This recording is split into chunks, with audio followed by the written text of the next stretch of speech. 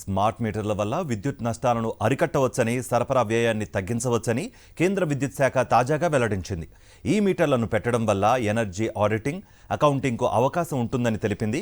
అందుకే వ్యవసాయ, వాణిజ్య, గృహ సర్వీసులకు స్మార్ట్ మీటర్లు అమర్చాలని రాష్ట్రాలకు సూచించినట్లు కేంద్ర ప్రభుత్వం స్పష్టం చేసింది. ఆర్డీఎస్ఎస్లో భాగంగా విద్యుత్ స్మార్ట్ మీటర్ల బిగింపు ప్రక్రియ దేశంలోని అనేక రాష్ట్రాలతో పాటు ఏపీలోనూ జరుగుతోంది.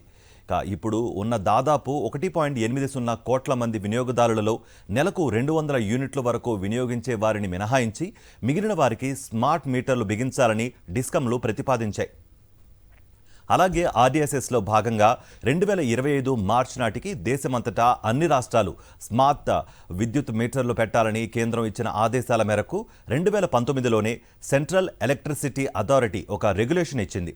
దాని ప్రకారం ఏపీలో 18.56 లక్షల వ్యవసాయ సర్వీసులకు స్మార్ట్ మీటర్లు అమర్చాలని ప్రభుత్వం 2020వ సంవత్సరంలో ఆదేశాలిచ్చింది.